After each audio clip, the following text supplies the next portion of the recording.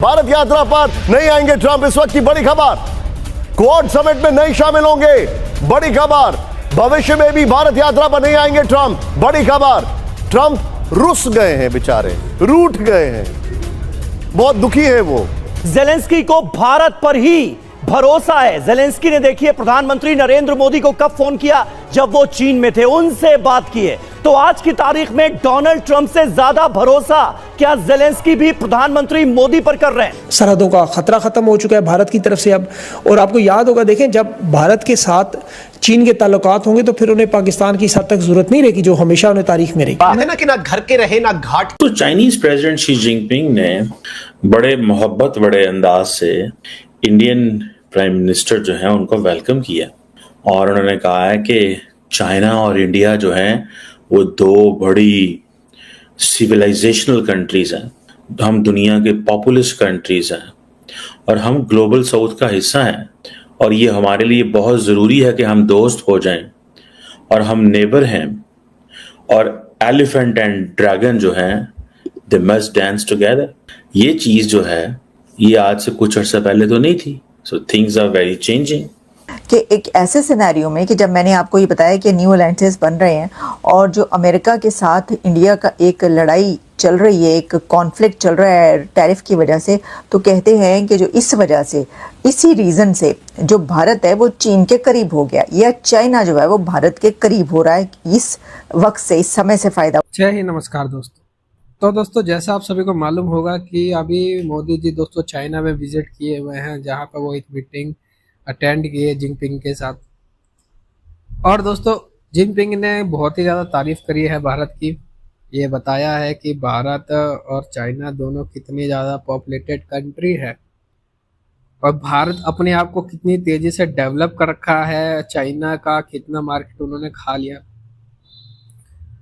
और दोस्तों, एक स्टेज पे दोस्तों पाकिस्तान के वजीर आलम शहबाज शरीफ भी थे दोस्तों वहाँ पे, जहाँ उनको जगह नहीं मिली, मतलब उनको सबसे पीछे खड़ा कर दिया गया और मोदी जी सबसे आगे खड़े थे, जिससे ये दर्शाया गया है कि पाकिस्तान क्यों किसी को जरूरत ही नहीं है। ना तो पाकिस्तान वालों को खुद पाकिस्तान की जरूरत है, ना तो अदर कंट्री की जरूरत है। और यहाँ मोदी जी के साथ बड़े बड़े देश तो साथ हैं ही, और जितने छोटे मोटे देश हैं दोस्तों वो भी मोदी जी के साथ खड़े हैं।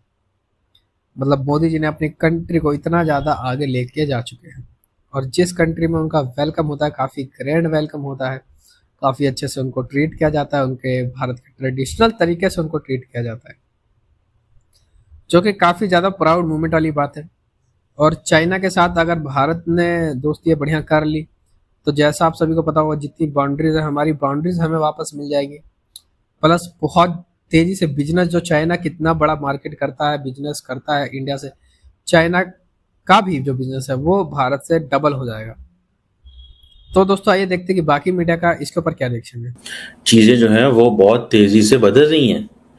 मोदी साहब ने भी यही कहा है कि जनाब हम कमिटेड हैं, हम अपने ताल्लुकात को आगे की तरफ लेके जाना चाहते हैं on the basis of the mutual trust, respect and sensitivity. यानी कि जो हमारी सेंसिटिविटी से लफ्ज, यहाँ पे जो लफ्ज सेंसिटिविटी है उसका मतलब है कश्मीर, उसका मतलब है बॉर्डर्स, उसका मतलब है दोनों मुल्कों के दरमियान जो बॉर्डर्स हैं, ठीक है, उसमें। सो ये जो 2 दिन की जो SCO समिट हो रही है, इसमें ये बड़ी इंटरेस्टिंग है। मैं आपको बात बताऊं, ये एक बड़ा इंटरेस्टिंग सिनेरियो डेवलप हो रहा है। और इंडिया और चाइना जो है वो डायरेक्ट फ्लाइट्स जो हैं वो तो वैसे ही जो हैं वो शुरू कर रहे हैं। और ये उन्होंने, जिसे वो कहते हैं ना, प्राइम मिनिस्टर मोदी ने चाइनीज प्रेसिडेंट को कहा है और अब वो कह रहे हैं कि ताल्लुकात बहुत बहुत बहुत बेहतर हो गए हैं। अब थोड़ा सा पीछे चले जाएं, इंडियन फौज क्या कहती थी कि जनाब ये जो जंग है ये तो चाइना लड़ रहा है, लेकिन आज वो क्या कह रहे हैं कि नहीं, हमें चाइना के साथ खड़े होना है, हम दोस्त हैं, क्योंकि वो समझते हैं कि हमें चाइना से चीज़ों को, चाइना पाकिस्तान को चाइना से दूर करना है, चाइना को पाकिस्तान से दूर करना है, और पाकिस्तान और चाइना की ये जो दोस्ती है इसमें कैसे हम जो है वो दरार डल सकती है।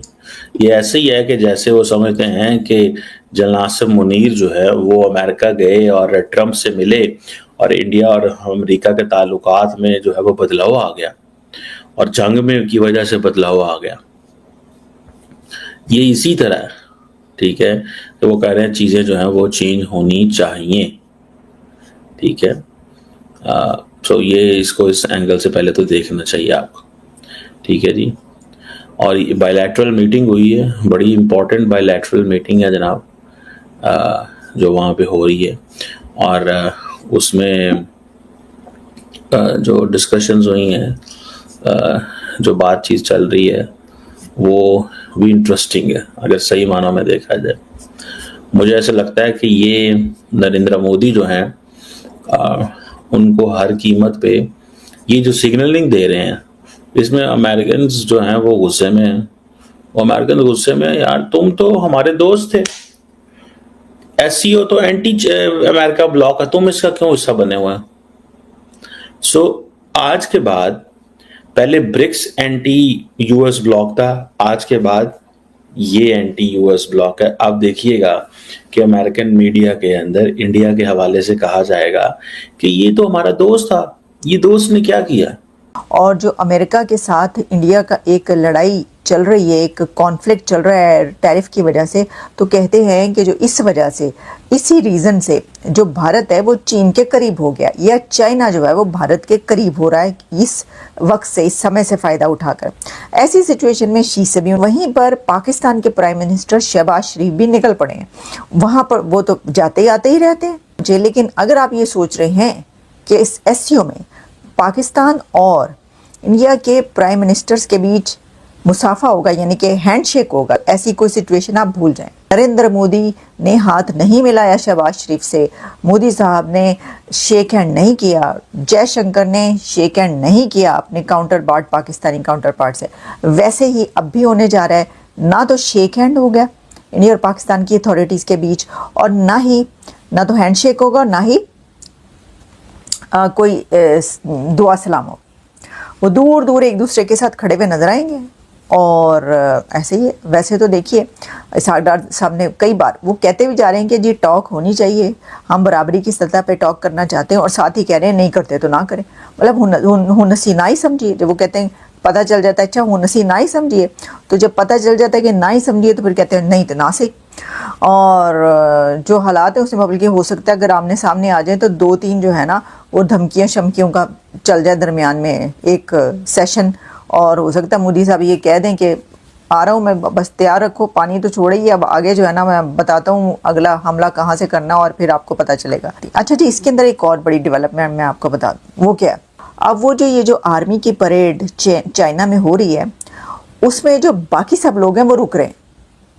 पुतिन भी रुकेंगे, शहबाज शरीफ साहब तो खैर वैसे ही वो एक लंबे टूर पे ही जाते हैं, आपको पता है कि चीन पहुंच के तो फिर चीन से वापस कौन जल्दी आएगा। लेकिन मैं बात ही कर रही हूँ, पुतिन भी वहाँ पे, शहबाज शरीफ भी वहाँ पे, जो वो है तैयब एर्दोगान भी उस परेड में हिस्सा लेंगे। उस परेड में सब कंट्रीज़ रुक रहे हैं उसके लिए, चाइना की उस परेड के लिए। नरेंद्र मोदी साहब उस परेड के लिए नहीं रुक रहे, क्योंकि चाइना की वो जो परेड हो रही है, वो जो हिस्ट्री है उसके अंदर जो जापान है, ये परेड उसके भी खिलाफ है। जब आप हिस्ट्री उठा के देखें उस परेड की और वो जो उसकी सिग्निफिकेंस है, तो वो जापान के भी खिलाफ है।